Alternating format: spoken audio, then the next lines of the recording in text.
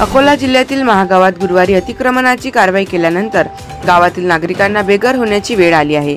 दरम्यान काही गावकऱ्यांच्या घरातील चुलीही पेटल्या नसून त्यांना उघड्यावर राहायची वेळ आली।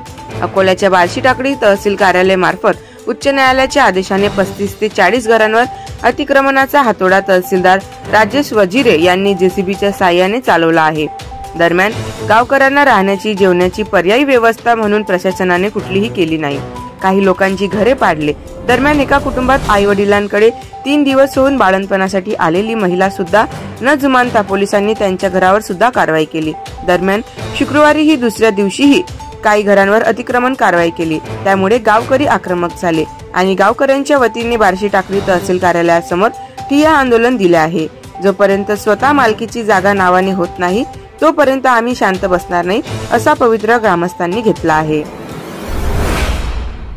आज आपण आलेला आहे अकोला जिल्ह्यातील बार्शी टाकळी तालुक्यातील महागाव येथे, जिथे अजिंक्यवाराची संपूर्ण टीम पोहोचलेली आहे आणि आपण सर्व पाहू शकता जवळपास 35 ते 50 कुटुंबाचे घर हे जमीनदोस्त झालेले आहेत। नागपूर खंडपीठामध्ये याचिका दाखल केलेली होती आणि तरी त्यांना याचिकेनंतर त्यांना पूर्ण घर ही पाडण्यात आलेली आहे आणि जी जमीनदोस्त झालेली जमीन आहे तेथील उपस्थित सर्व नागरिक ग्रामस्थ इथे संतप्त झालेले आणि उपस्थित आहे।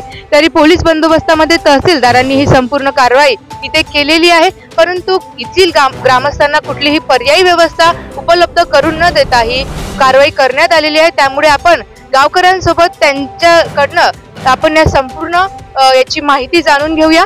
तर आपल्या सोबत संपूर्ण गावकरी जुडलेले आहेत। तर तुम्ही काय सांगाल झालेली कारवाई? मी बेबीबाई शिरसाट बोलत आहो, महागावले राहतो। महागाव मध्ये 2087 साली आम्हाला इंदिरा आवाज मिळेल आहे। त्याच्यानंतर आम्ही घरपट्ट्या फाडत आहो। आमच्या नावावर कुठला कोणता कागद सरकारनं आम्हाला लाभ दिलेला नाही। आमच्या दलित वस्तीवर खूप त्यानं अन्याय करेल आहे।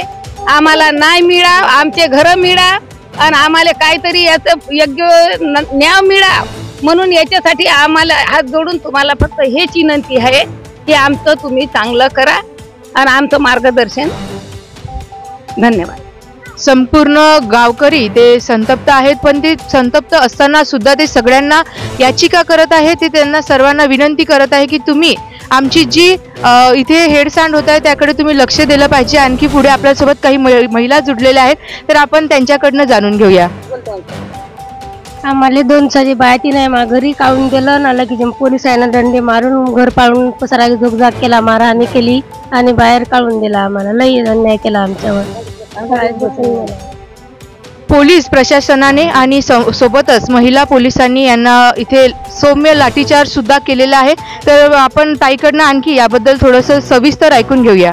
मला अत्यंत दुःख होते की आरपीसी वाल्यांनी लुसलास करून महिलेना इतकं मारहाण केलं आणि आम्हाला बाजून केलं। आम्ही सगळे जेसीबी लावून यांना अटॅक करा, हाना, दंडेमार करा असं आश्वासन दिलं तहसीलदारांनी आणि आम्हाला सगळ्यांना पळून लावलं। इतर सगळं उद्ध्वस्त करून सगळं बरबाद करून टाकलं आम्हाला आणि उघड्यावर बसलेल्या आमची काही सोय पण केली नाही, कारण त्यांनी आम्हाला पाणी सुद्धा विचारलं नाही। आमची लहान मुलं सगळे उघड्या उस्त्र्यावर बसले आहेत। पै जोडून संपूर्ण ग्रामस्थांनी गावकऱ्यांनी जे त्यांचे छोटे मोठे घर इथे बांधलेले होते ते संपूर्ण जमीनदोस्त इथे घर झालेले आणि फक्त 1.5 महिन्याची जे गर्भवती होती बाळंतीण बाई होती तिला सुद्धा कुठलीही तिच्यावर दया न करता तिला सुद्धा घरातून काढून तिचं पूर्ण घर इथे जमीनदोस्त करण्यात ही कारवाई करण्यात आलेली आहे। दरम्यान आपल्यासोबत आणखी गावातील काही गावकरी महिला जुडलेल्या आहेत, आपण त्यांच्याकडनं जाणून घेऊया त्यांच्या प्रतिक्रिया काय आहे या जे आपल्या संपूर्ण कारवाई यावर झालेली आहे त्यावर। गोरगरीब लोकांनी मोलमजुरी करून घर बांधले, परंतु त्यांनी नावानं त्यांच्या नसल्यामुळे यांनी नोटीस दिले। काही लोकांना मिळाले, काही लोकांना नाही मिळाले।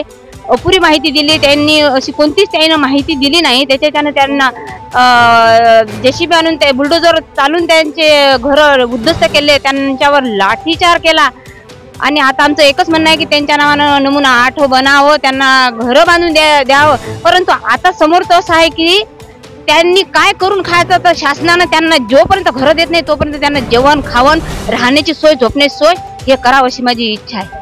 गावामध्ये दवंडी वगैरे काही आधी देण्यात आलेली होती का? नाही, दवंडी दिलेलीच नाही आणि त्यांनी कोणतीच माहिती अपुरी दिली। त्याच्यानं आता सरकारनं जास्तीत जास्त गोरगरिबाकडे लक्ष करावं आणि त्यांनी राहण्याची सोय करावी असं माझं म्हणणं आहे.